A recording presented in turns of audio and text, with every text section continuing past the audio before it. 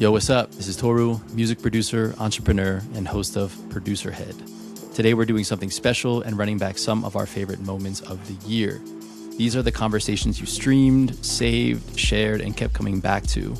The ones that shifted your mindset, inspired your process, or hit you at the right moment. From building real fans to surviving dark seasons, navigating shame, redefining success, and getting out of your head and into your body. These are the highlights that shaped our community this year. Our first clip comes from Bureaucratic, a Producer Head favorite, and for good reason. He breaks down something every producer struggles with, the difference between passive listeners and real fans. He explains why monthly listener numbers are misleading, why deeper engagement matters more than the algorithm, and how to build an audience that actually cares about your work. Here's Bureaucratic. I do want to kind of touch on a little bit because the labels is one route. And I think if I were going to speak to maybe one particular, like something that's at risk in that place, in the same way that it's at risk, like on social media platforms and stuff, is that you don't necessarily have that direct connection. I like the idea of lean back listeners. It's sort of like that's really hard. So in terms of building an audience as an artist, what are your feelings on that? Feelings on that are lean back listeners are like step one. We shouldn't get distracted by trying to be the best, or get the highest numbers in step one. To that end, there's a stat on Spotify that I'm sure that you've seen. They make it very, very visible, called monthly listeners. I've heard of it. Yeah. If you're in this game in any way, you've probably heard of it. It's like, first and foremost, it's in your bio. It's at the top of your profile. It's a very funny number because it doesn't reflect, I find, and a lot of people in the industry find, it doesn't really reflect the size. It doesn't necessarily reflect the size of your following. It just is the number of people that are listening to you in an average month or in the last month. And what that can mean is that number can be super inflated based on someone deciding after listening to your one beat for 10 seconds that it belongs in their playlist. It can be such a spur of the moment thing by someone you don't know. And all of a sudden you have this number go up and it can make you feel really good. But it doesn't mean that you're reaching people necessarily. What I would say there's opportunity in, and like people aren't necessarily, at least in this scene, right, as beat makers, are not necessarily as focused on, that I think there's a lot of opportunity for like developing, is really just like developing fans. What's a fan? Who are you a fan of? I'm asking you, Julian, like, who are you a fan of and how are you a fan? Yeah. Wow. So many. So, I guess lately I've been listening a lot to that new Yusuf Days album. True. The Black Classical Music, for anybody who hasn't already. Dude, I've been, wow. Yeah. I love it. Mm-hmm. And he was actually just down here a few weeks ago. So I got to see him live, which was great. Awesome. But yeah, so how did I would say probably like, I can't give like a truly precise answer, but through some, to your point, like probably originally kind of lean back, maybe he did something with Tom Misch or somebody else. Oh no, or like the Yusuf, the Black Focus, the Yusuf Kamal stuff. I think that's the first place I ever heard him, and I love that album, right? So I used to listen to Black Focus like every day at my old job, and I was just like, and then I didn't even realize that and then that was Kamal Williams, Henry Wu / Yusuf Days, and then but that's the thing is like and then I just love that music, and then I think I've just in some way been aware of his existence since then. Right. Cool. And what keeps you going back? It's a good question, man. I think it's just the music just hits for me for whatever reason. It really just does. Because I don't know that much about him. He's not somebody that I've read a ton about, and I haven't watched all of his videos. I don't like. I just really like the music. That album is incredible to me. Both Black Focus and Black Classical Music, both of those. Like, hell yeah. So yeah, that speaks to your point that okay, and this is kind of behind everything that we've been saying. It's just like make good music, There's no better marketing plan than making good music, right? Yeah. There's nothing that's going to endear you more to potential fans than making good music. And obviously good is entirely subjective to a degree. Yeah. But, if you're not impressing yourself, it's going to be hard to impress others. And it's going to be hard to gather someone's attention enough that they be willing to, let's imagine this, right? Like you're working at your old job and song from Black Focus comes on. You've never heard it. And you're like, it actually distracts you from your job because you like it so much. And you're like, yo, what is this? And you go to the profile of the artists and you say, oh, they have other stuff out, sick. I'm going to check that out when I get some time, or I'm going to queue this up after this playlist is done or whatever, and I'm going to see what's good there. And if you continue liking what you see, there's depth there. There's catalog. You can go on YouTube and see a live rendition of some of that music. You can see Kamal Williams and Yusuf Days playing together. You can see music videos now. You can see videos recorded at Joshua Tree. You know, Days Experience just did that or last year. You know, so there's like depth there that if you're interested in more, it's like, oh, cool. Oh, you know what? I like this person so much, I'm gonna go see them live. I like them so much, even if they're not coming to my city, I'm gonna grab a hoodie because I want to show, I want to proudly support this person. Mm-hmm. Music. And if those things didn't exist, I wonder, even if you did like the music, how much you would really be able to call yourself a fan, right? Does that Yeah. make sense? Like, Yeah. It's interesting.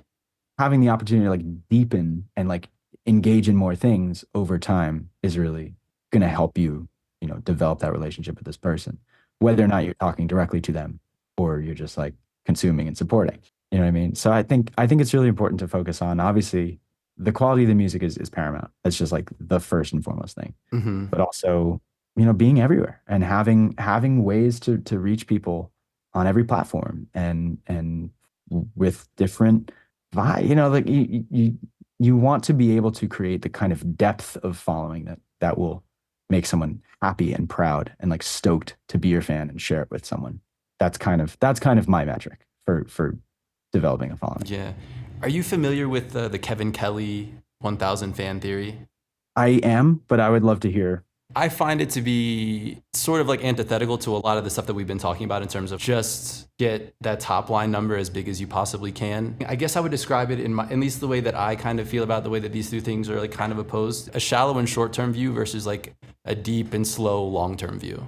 Right. You know, so I don't know if, I mean, it's very easy to make the numbers work. And for those that don't know, I mean, I would obviously very much recommend that you read this if this kind of thing interests you at all. But the overarching idea is just that, okay, if you can have 1,000 true fans and each of them were to provide you with $100 of support on an annual basis, that in theory you would have $100,000. And you can toggle, you know, the number of fans up and down and the amount of that each fan contributes up and down depending on, you know, et cetera, et cetera. But in general, it's a much more digestible and realistic kind of path in my mind. I'm not saying it's easy, but it is also something that is more tangible and I think easier to like keep yourself from kind of crumbling under than thinking about how do I get to 1 million monthly listeners or how do I get to 1 million followers on Spotify or on Instagram. Right. It's actually in your control. It's attainable, right? It's like 1,000 true fans is something that it's not as daunting and it's very much, you know, not in everyone else's hands. Like you can decide to do the things, I think, that would lead you to finding people who would be willing to spend $100 on your, you know, music, your output, your creativity in an average year. Next up is a powerful and honest moment from Gnarly. In this clip, she talks about how finger drumming and daily beat challenges became a tool for staying consistent in the studio while providing a healthy escape. It's raw, honest, and a reminder that creativity is an essential part of life. Here's Gnarly. So let's talk a little bit about motivation. Because you mentioned to me before, kind of beat challenges have been a really great way to kind of commit to a deadline and to just like kind of force yourself through the process. And can you speak a little bit more on that? So when I first started posting videos online, obviously there were a lot of practice videos and stuff. And then I started seeing this thing that people were doing called January. There's also Beattober, which is pretty much the same thing, right? So it's a 30-day beat challenge where every single day you create something new, you finish it, and then you upload it. So it doesn't have to be finger drumming, right? Like it could be anything, like any beat video or even just a beat that you upload on SoundCloud. The idea is that you just stick to the 30 days. So it's kind of forming that habit. And I started doing that every January and I did it for 5 years. I haven't done it in a couple of years now, but I did it for 5 years in a row every January doing a 30-day beat challenge. And I feel like it really, really helped me to understand workflow and being able to create every day and sticking to deadlines, as well as just not being a perfectionist about your ideas. So having an idea and just kind of getting it to a point where it's good enough and being confident enough to just put that out. So that's kind of going back to that point I was talking about earlier about having a project and being able to translate different parts of it and stuff. Because it's kind of like storytelling with beats, isn't it? With music. So yeah, I really recommending the 30-day beat challenge. Right on. So yeah, what have you created anything like that that's maybe less like public facing, like in your own kind of development that's helped you like develop any particular thing that you're working on, whether it's finger drumming or other aspects of production? You mean like another way of doing a challenge or something? Yeah, well, I mean, maybe it's not a challenge per se, right? But maybe there's a way that you structure things that you do or habits that you have that contribute to the development of something that you're focused on at the time. Yeah, I have calendars and lists. I have a lot of them because deadlines and just completing stuff is something that I've always struggled with ever since I was at school. Like I was that person who just like never did their homework, never finished anything. And so I've had to kind of put in place certain strategies to help me be able to meet deadlines and stuff, especially if I'm doing brand partnerships or I have certain tracks and demos that need to be submitted by a certain date. I have like a whiteboard in my studio where it's like literally just there. So if I look over from my desk, it's just to the right. And every month I write in all the stuff. And so I can like cross things out and color code it. So, things in red are things that have to be done by this time, as well as my phone calendar. And I've got reminder lists and loads of notes in my note app and stuff like that. I have to do that because if I don't, then I just would never get anything done. Well, so it sounds like it gets pretty granular. So you think about like when you wake up on a particular day, you know that like these are the things that I would like to do today. Yeah. I kind of do, I guess, time blocking because I also kind of try and focus on maybe just one main task per day. Sometimes I might have to like switch between different tasks because I find it quite hard to like just focus on one thing. So I might have like 3 different projects that I'll kind of flip between on that day. But generally I kind of try and finish like one task a day. Gotcha. Yeah, I mean, I think this is really cool and interesting because I think, at least I know for me myself, right, I've experienced that piece where like I've gotten to a place where I've come to understand for myself that one substantial like creative task at least is a lot in one day, and I think when I was first starting, my expectation was often like I'll do 3, or maybe even more. And I think I've just come to learn that that's just not really, you may be able to do that one day, but the likelihood that you can maintain that several days in a row, weeks in a row, et cetera, it's really low in my experience. Yeah, I totally agree. Yeah. So did you have a similar experience to that, or did you just kind of know like one is enough?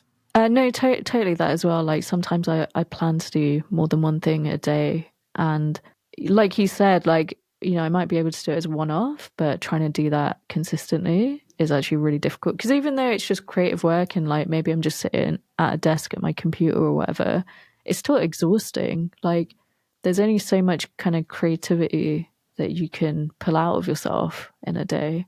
So I think it's quite important not to try and force it too much because you just end up burnt out. Yeah. So how do you balance that, right? Because like in some of these scenarios that we're talking about, like with brand partnerships, for instance, and there are hard deadlines, and there's also that sense of you can block the time to work on it, and make sure that you do that on a daily basis, but you don't necessarily get to choose the amount of progress that comes out of that session. So how do you balance that? Like understanding that like I can't force this creativity, but also there are real deadlines in order to maintain. I mean, if there's a deadline and I just have to get something done, even if I don't feel like it, I think once you sit down and you start working on something, a lot of the time, like you'll be able to come up with something good.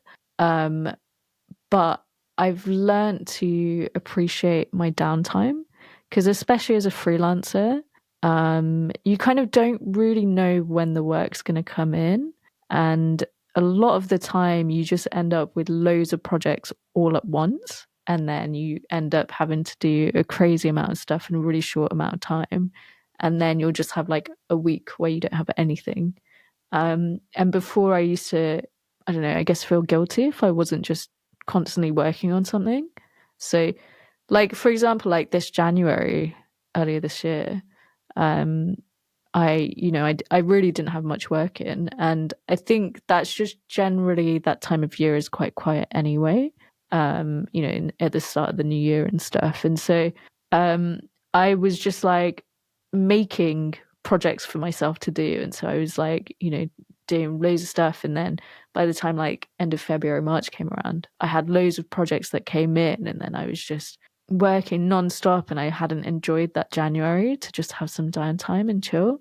And so I've learned to kind of just appreciate when I have like a week where I don't really have anything in, to just take some time to like chill and step back. Yeah, so it sounds like maybe there's this sense of like you need to be busy, but also learning with experience that having some space is like a really important part of being able to do what you do well. Up next is Shrimp Nose, sharing one of the most vulnerable reflections we heard all year. He opens up about shame, self-criticism, therapy, boundaries, and how understanding yourself is essential to making meaningful art. This one resonated with so many of you, including myself. So let's get into it. Like, there's a way, if you're feeling defeated, there's a way to channel that into music. It's like a matter of feeling like you understand yourself, and know how to use how you're feeling in your life. Maybe, I don't know, maybe I've forced myself to be emotional because I've felt kind of on an island in life, I felt kind of like an outcast, or like it's hard to talk to people or meet people or whatever. But I don't know. I know that's not a unique emotion to me. I know a lot of people feel that way for various reasons. And I think we owe it to ourselves to try to understand ourselves, at least. When we don't, it comes out on us and on other people. And it's not fair to anybody. God, I'm turning this into therapy right now. I love it, man. I really do. I appreciate the vulnerability and the honesty around it, honestly. And so what I'm curious about is, like, let's say, because I think in general, producers, especially in this era, there's a lot of solitude involved. And there's almost an expectation that you do everything alone. And I think a lot of people feel that way because a lot of the people that are elevated right now are people that are projected as solo producers, and you don't see all of the stuff behind the scenes. And there are a lot of talented people. And so, but I think, so there's a couple of pieces to this, right? One is like, I feel like we're kind of just talking a little bit about the sense of loneliness and solitude that comes along with just being alive and as a musician and producer, and getting in touch with that also to be part of your music and not to separate it from your life or from your music, right? And so I think it's one of those things that makes a ton of sense. But I think if somebody's like, oh, well, where do I start? What questions or what has been helpful to you? What have you learned? Whether it's been from other people, whether it's been books or wherever it's been from, that has helped you find whatever that is for you and deepen that connection with yourself and have a clear understanding of what matters to you and what you're trying to do. Books are a part of it for sure. Journaling. The last couple years, I've been a lot more intentional about trying to process things in healthy ways. I think being honest with yourself is the biggest thing. That's not really a cut and dry thing, but being honest with yourself, acknowledging your mistakes when they happen, acknowledging the times you've been hurt, and not. I feel like a lot of producers are pretty shy and maybe like overly agreeable. And acknowledging the times that you have been wronged can be empowering. I think honesty really sounds fucking lame, but can be empowering because it forces you to acknowledge hard truths. That's so you mentioned in making music, for instance, right? If you're making something and you notice that you're feeling angry, right? In a way, it's like there's like a form of dissonance, right, in terms of what's happening. So I'm wondering if outside of production, if there are other, because I'm just, it's very possible that other people are going to experience similar things. And so I'm wondering if there are other ways outside in other situations where you've caught yourself when you realize, oh, I'm doing something or I'm agreeing to something that maybe I don't actually want to do, or I'm being dishonest in a way. Are there any kind of clues that you have in your life that kind of tip you off to, oh, and then help you avoid or correct that direction or decision? Yeah, I mean, I always, in the moment, I can always acknowledge when I'm agreeing to do something I don't want to. It's just the hard part is holding a boundary, I think. God, I am really turning this into therapy right now. But yeah, I don't know. I think it just goes back to honesty too. You have to be honest with yourself and what you're capable of and what you aren't capable of. And it's you owe it to yourself to be honest with yourself and what you can and can't do. And it sounds like therapy's played a role in helping you develop. For sure. Yeah. I've last handful of years I've been in and out of therapy and done journaling and stuff like that. Is there anything that you'd offer to people who are maybe in a place where they're in complete denial of its usefulness, its utility as a tool, or who feel like they're considering it and maybe they're on the fence and have never done it? Is there anything that you'd like to share to let people know about your experience or what it's like at all? Yeah, I mean, I will wholeheartedly say it like saved my life. Something that even with your very close friends and your family, there's still a level of shame with your emotions that can be hard to address. And this person's job to be, unjudging and non-critical of you and just let you talk, basically. And it's a very normal thing. I think I read a stat like 90% of people will experience some kind of mental illness at some point. So there's nothing to be ashamed of. It's kind of weird if you don't have something wrong. You're going up there, we're humans. And I think that it's important to realize that life is a human experience, and there's nothing to be ashamed of talking to somebody about how you feel, and it can help you process your own life and be a more successful, productive, creative, happy person at the end of the day. Absolutely. And yeah, I couldn't agree more. So if anybody out there's listening and they're thinking about it, continue to think about it, when you're ready, but don't close that door entirely on yourself. Yeah.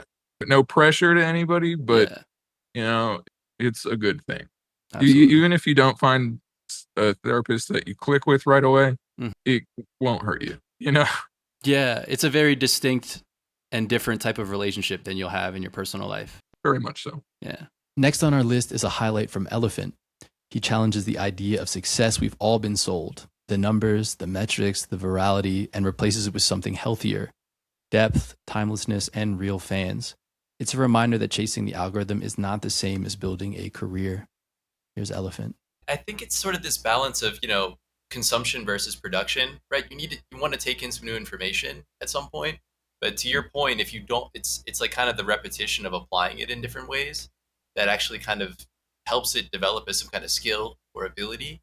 And I'm wondering, do you have any thoughts on like good ways to think about I kind of almost think about it as a diet, right? Like you consume, you eat, and then you kind of internalize that and use it to produce. And I think there is a lot of us, like, because of all of the stuff available, that maybe even subconsciously we approach it sort of like, in a Matrix kind of way. You watch all these things and you think you're going to know Kung Fu after you watch all these videos, but you've kind of like maybe overindulged in all this.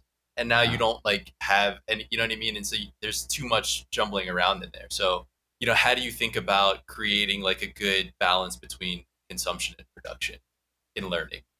Yeah. I liked your Matrix reference. If only life were that easy, you could just watch a video and then Kung Fu. That would be great. I think a good example for me on this front is always compression, because compression, it encapsulates this concept so nicely. Compression is one of those things that you can be told how compression works or how a compressor works. You can be told what all the controls do, what attack does, what release does, what threshold does. You can watch hundreds of videos on it. But, and again, this is something that I sort of have the benefit of experience of working with a lot of students. Not a single person I've ever met has figured out what a compressor does without just literally spending, and a compressor is a particularly difficult thing to really understand, spending like hundreds of hours just compressing things until you just until it finally sort of clicks. But I think to answer your question about where the balance is I think you want to sort of start off with a kind of overview kind of type. And this is generally my approach when I sort of learn new things is, let me get a big overview, and let's use a compressor as an example. I'm going to watch a video on what are all the elements in a compressor. Somebody's going to explain to me, this is what attack does, this is what release does, threshold, ratio, etc. And I might get a basic idea of what these things, like the general direction that they are, or the things that they're used for, but I don't quite know the specifics yet. At that point, go and sit and just play, explore, take what you kind of think you've learned and try to put it into practice. Let me go and tweak the ratio control, and can I hear what that's doing? Okay, maybe I can kind of hear it, but I'm not entirely sure. Play around with other things and do that for a good little while until you get to a point where you're like, okay, cool, I'm kind of understanding it, but I need to refine it a bit better. And then maybe go watch another video, watch the same video again, or read an article, whatever, that shows some more examples.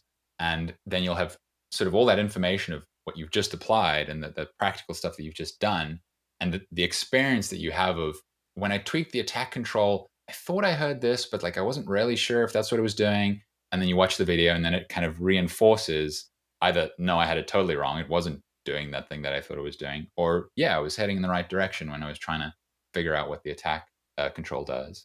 And then you go back and apply that again. So I think there's a constant kind of bouncing back of back and forth of learning something, doing something theoretical, and then applying it. And there's no hard and fast formula, but what I can definitely say is you probably need to be spending more time in the practical than in the theoretical, I think. I don't think there's like you should be spending 5 times as much practicing as you are doing theoretical. I don't know if there's like a neat little formula for that. But if you're spending more time in the theory and the less time in the doing, you're definitely just not gonna get better. You've got to just sit down and spend a lot of time putting that stuff into practice. No, that's really cool. I feel like you kind of describe this like taking some information, make an assessment, and like as a way to sort of test yourself and try to measure yourself, like consciously as you're testing, be conscious of what it is that you're like, try to almost like talk to yourself, maybe even write it down. This is what I think is happening, so that you can actually have a record of like your progress or like the path of your understanding, which is really cool. Yeah. I mean, I think a way to think about it is just to use like an analogy. And this just comes to mind because I'm also really into basketball. But if you think of like a basketball player shooting free throws, you could sit on the side of the court and you could analyze every single aspect of the physics of free throw, how much strength you got to put, what angle you got to shoot in. You could know all of that. And then you step up to the free throw line and you're like, oh, my arm is not physically strong enough to throw the ball, or whatever it is. Or, oh, I haven't accounted for the fact that I need to just aim with my left hand and shoot with my right, whatever it is. There'll be some element that you didn't account for. And suddenly when you get into the practical, you're like, okay, cool. And now I know when I go back to the theory, this is what I got to think about. Okay, cool. I've like done this a couple times. I could see every time I shot, it was going to the right of the basket. What does that mean? How do I adjust that? And then you go back to the theory and you sort of think and you analyze it a bit, and then you apply that adjustment. Yeah. So sort of same for anything, really. And yeah, I appreciate that you use the compressor as an example. I guess just because it's probably the second most or equally as used.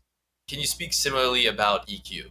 So EQ, I find like definitely clicks a lot better or a lot quicker with people. It's compression just is that thing that like I'm sure everybody who now understands compression has been through that experience of like just having no clue like what's really happening until eventually it clicks. I think it took me years to like really truly understand what a compressor does. EQ is a little bit more straightforward because I think it's a lot more obvious what happens. And I know from teaching somebody how an EQ works, it's like here I can pick a frequency and I can turn it up. I can turn it up really loud, and you can hear that is really bright. Or I can pick a frequency around 300 hertz and pull it all the way down, and you can really clearly hear like, okay, what's happening. So for something like EQ, I think getting the like fundamentals of how it works is relatively easy. But in the same way, though, to like really master something like EQ, it is just practice, because I can show you that example. I can show you when I've got a guitar, if I just crank 1 kilohertz, and you can hear, okay, that's what happens. I'm turning up the volume of this particular frequency. But then I give you a bass guitar, and you're like, well, what do I do with this? How do I EQ? What do I do here? So again, that's where with something like EQ, understanding the sort of way that it works is relatively easy, and you can put that into practice relatively quickly. But then the complexity comes with understanding where you use it, and how it might work on different kinds of sounds, or how it works in a mix versus hearing something in isolation. And that again is just something that only comes with practice. The only way you're going to learn how to EQ a bass guitar is to EQ a bunch of bass guitars. If you've never EQ'd a bass guitar before, you're probably not going to know how to EQ a bass guitar. And finally, we're going to close this out with Dan Giffen. Dan talks about the power of intuition, speed, and physicality in creativity. He breaks down how real progress happens through doing, not through endless tutorials. If you've ever found yourself overthinking in the DAW, this one is for you. Let's jump right in. It's amazing how powerful music is, because like you could be having the worst day ever, like your fridge broke and like your dog threw up on the carpet again, and you like are late to work, and then you just hear like a song and it can just completely change your entire day and just makes everything better, and all your problems melt away in that moment. And it's like, that's the power of music, right? So my theory is that like whoever made a song like that was probably in some kind of mental space or flow state that just came out of them and through them. They didn't overthink the hell out of it. They probably were just in that moment making something that made them feel a powerful feeling that just came out of them, right? And so I try to adopt that same thought when I'm like making my music, is to like get out of my head and into my body and really focus on just, first of all, working as fast as I can, because I think music's more fun when you get quicker results in the creation process and not getting stuck on an idea. And I feel like that's a lot of times where my best work comes out. Like, I don't know if this is answering your question at all, but I'm just like going on a tangent. I know that Quincy Jones, the late Quincy Jones, like he was obviously one of the greatest of our time. And he said that he would lay down on his back on the floor and put his feet on his bed. And he would get to the point of where he would almost fall asleep. And then when he was about to pass out, he would get up, and that's when his best work came out. And there's something about being in that alpha state where you get to the place of relaxation, where mentally you are not fixated so much on trying to accomplish something. It's just more of like, you're so relaxed, call it Zen, call it the flow state, whatever you want, where you start to get out of your head and you get into more of that feeling, and the creativity just kind of flows through you. Yeah. So I try to, at least just when I sit down to work on a brand new project or something, just to allow myself to get out of my head and be like, I'm open to whatever should be made in this moment and what I feel, and not overthink the process.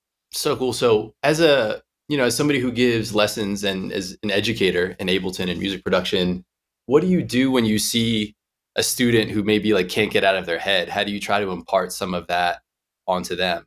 Yeah, like one of the things I would ask is like, would you rather make a song and have a great time that you'll never release, or would you rather binge Netflix for the next 2 hours?